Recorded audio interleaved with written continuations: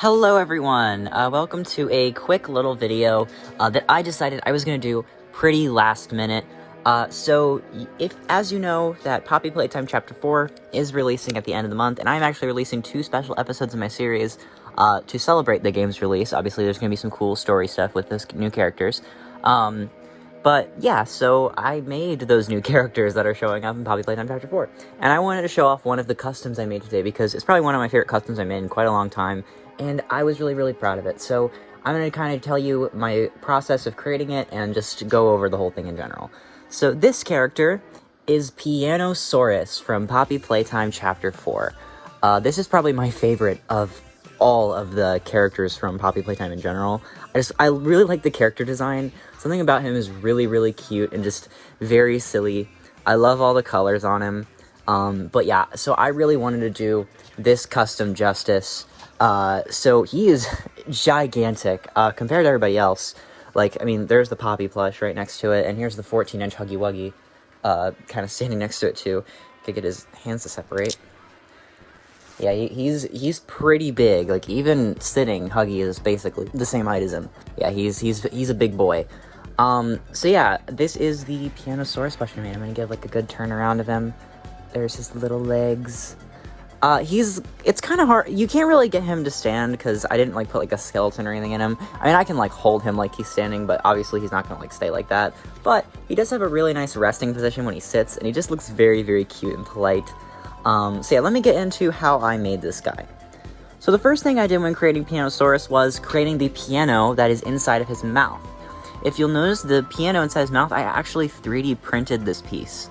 I got a 3D printer for Christmas, and I've been starting to use it for a bunch of different projects. And yeah, this is the piano mouth I made. There's a white filament for the backing, and then I added these little keys out of a black filament. You can see there's a little bit sparkle to them, but yeah, it's a whole plastic mouth, and it looks really good. And then I proceeded to make, like, the oval head and just kind of layer it,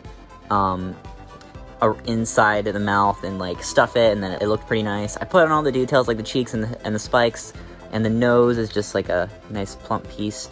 And these eyes are actually little fastener button eyes. They're real plastic. It's a real eyeball.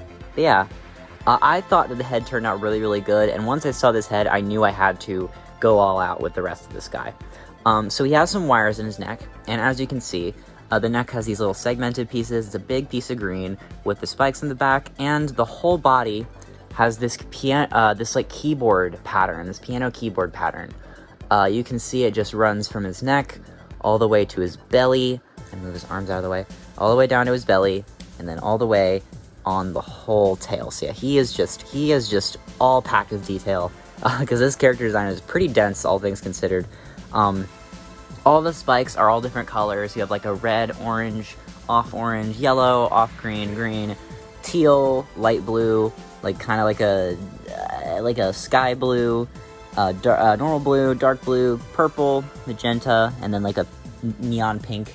Yeah, that's like all these different colors down his whole back. And then his toes and his hands, you can see, have like the different colors that are resemblant of the art. I had to use a lot of different references when making this guy, using like the 2D art that they have as a poster. I got all this stuff from the wiki.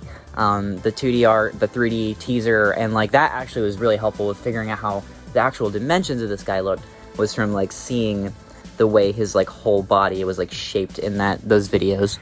But yeah, it was really trying to capture like his length especially. There's a wire that runs from his head all the way to his tail. It goes through the whole way. So he's able to keep his arced kind of position that he sits in. The neck is able to be supported because otherwise this 3D printed piece in the head would be really heavy and wouldn't be able to keep him balanced. And you can even kind of see, like, if I'm not really careful with it, it just droops. But yeah, it wouldn't really keep it balanced if I didn't have the wire in the neck. But yeah, it runs all the way down his body and in his tail, which also technically has a wire. It's not super, like, posable. Like, it won't really stay the best. I mean, the end definitely does, but yeah, you can kind of bend it a little. But it is mostly just to keep him shaped and balanced. That was more what the point of putting the wire in the tail was. I don't think I got it 100% accurate. I did kind of take some creative liberties when it came to doing all the details on, especially the piano keys, because like there's no like lines beyond these keys. Like, it kind of stops at this part of the tail. But I still think it looks really, really good, especially for what I did. But yeah, you can see all the different shapes. The hands and feet are just like these cone shapes I made. You can see there's like the circle bottoms. I made these cones, then I attached it with wire and made the details and stuff. Same thing with the calves and the thighs, sort of like this like cone shape, and then like just this circular shape that I stuffed pretty well. There's a little wire in here to keep this bit straight. And his body actually is a three pieces of felt that are glued to make like a sort of triangular body. You got like one bit here, and then one bit on the bottom that's a bit more circular, and I covered with the piano keys. I absolutely adore this custom in every way. It was so much fun making him, and he is just so cute. You can get him in like this like cat-like position, like I feel like I'm scratching a real animal. He's so adorable.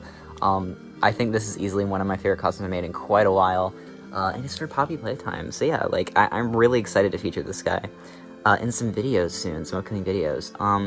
He's gonna play a cute part.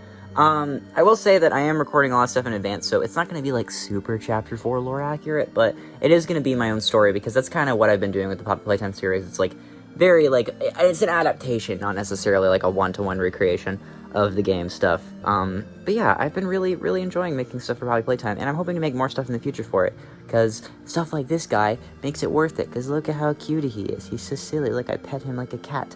Here's a little photo shoot of little pictures I took when I first made him. PIANOSAURUS, he plays just for us.